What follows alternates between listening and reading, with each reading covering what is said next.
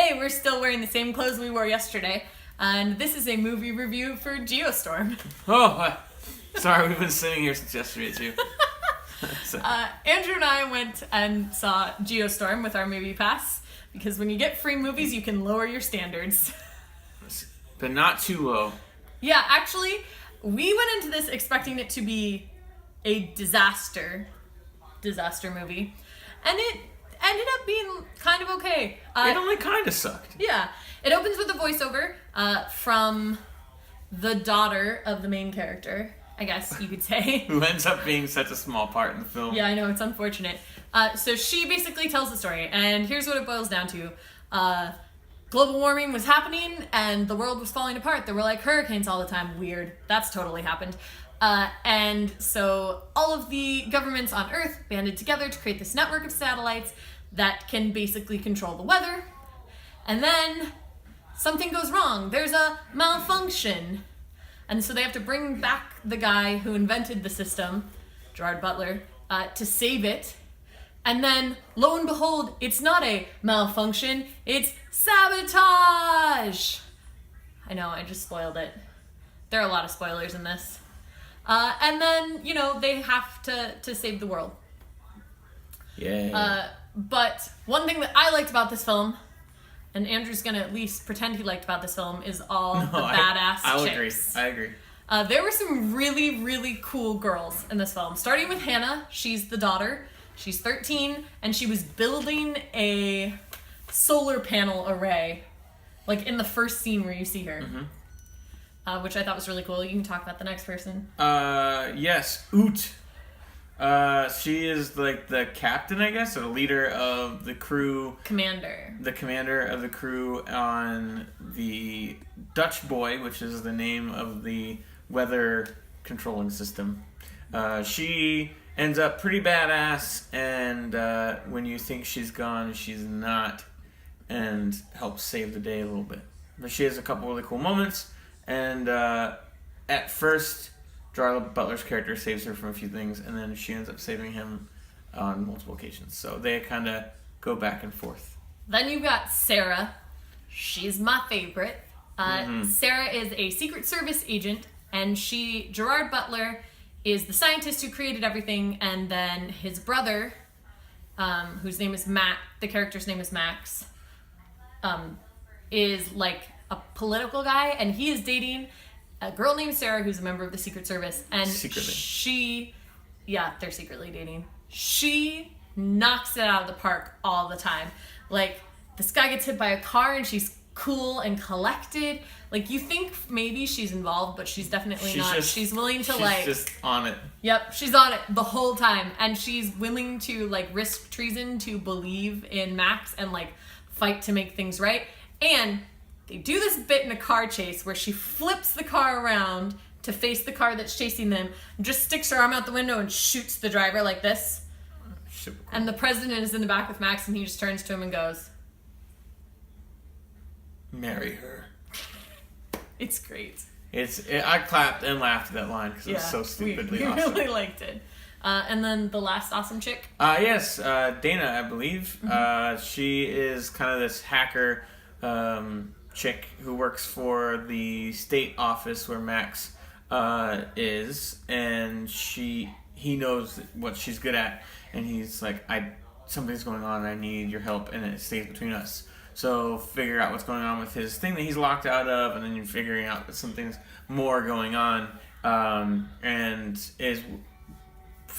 helps uncover this plot of creating a geostorm to wipe out basically all of the enemy countries of the United States. Which brings us to the next point, which is political statements. But before we get there, I just want to talk about the fact that this film is set in 2019 and it's 2017 right now, and those people have holopads. Where's mine? Well, no, it's not set in 2019. It's set in 2022.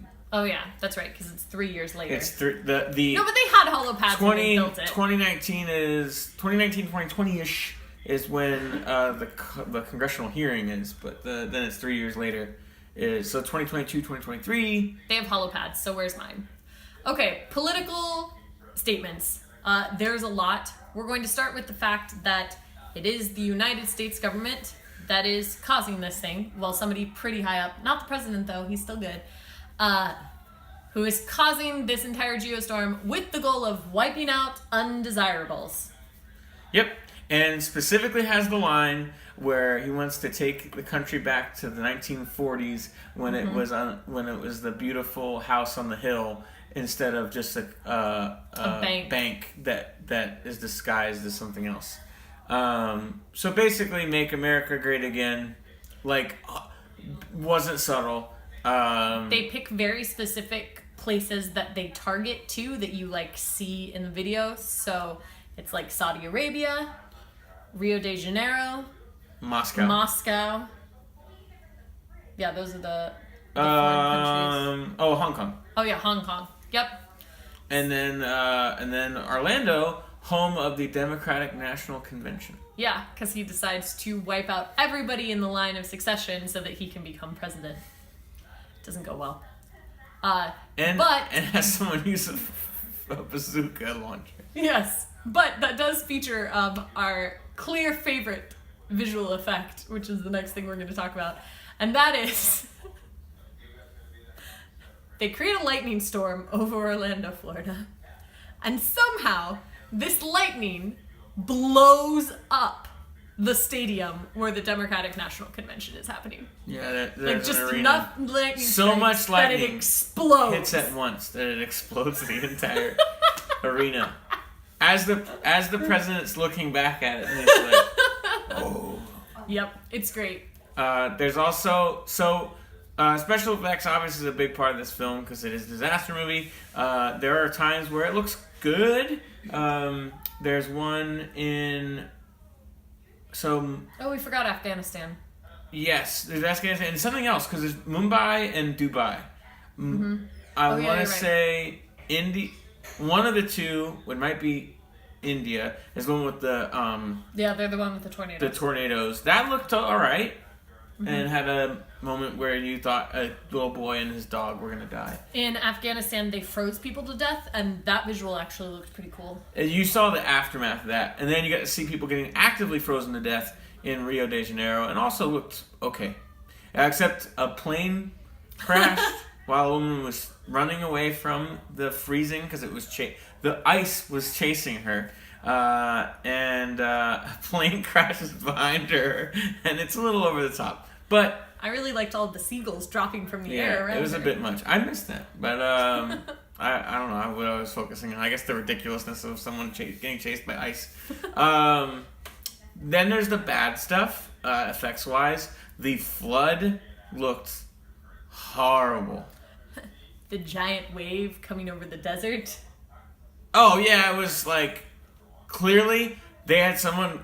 They were in the desert. Like they were like, hey, shoot the shot. And then we're just going to literally CGI water into the shot. It didn't look good at all. It looked very bad. And then the melting of Moscow also looked horrible.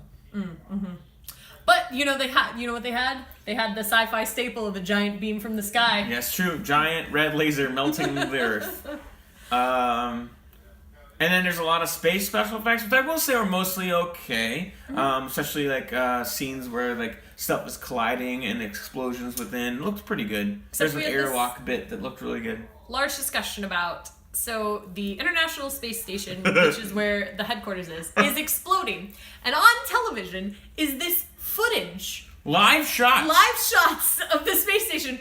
I don't know where these cameras are from. Space cameras. Okay? But somehow, once it self-destructs, all the space cameras go dead. Despite the fact that 10 seconds ago they were showing you the whole space station, so clearly they are quite a bit away. But no, they can't show you the aftermath of the explosion because that would, It was part of the grid, Mallory. You don't understand. Ruin the like anxious cliffhanger of are they alive or not. All right, time for a rating and recommendation. I'm gonna give this a solid 2 stars. 2 so much. Then give it 1. No, I'll give it 1.75. Ooh, okay. Out of 5. It's not good. It's not the worst. It's just there. But if you like a mindless and I mean mindless film. Or if you just like listening to Gerard Butler talk. That's true. That's true. He does That's a lot something of that in this he does film. talk a lot. So if you what's his name? The brother. The guy from Across the Universe. Across the Universe. Whatever. If you like him, also good. Yeah. Also, if you have Movie Pass and you get this movie for free. Yeah.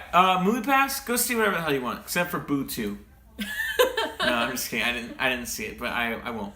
All right, that's probably enough. Yeah. Don't go see Jigsaw either. Because I didn't. I'm so sorry. All right. Well, that's probably good for us. I'm sure this video has been way longer than it needed to be. Upload the whole thing. Don't edit it. Don't edit it. Don't plan to. I'll see you tomorrow. Will we wear the same clothes tomorrow? Stay tuned to find out.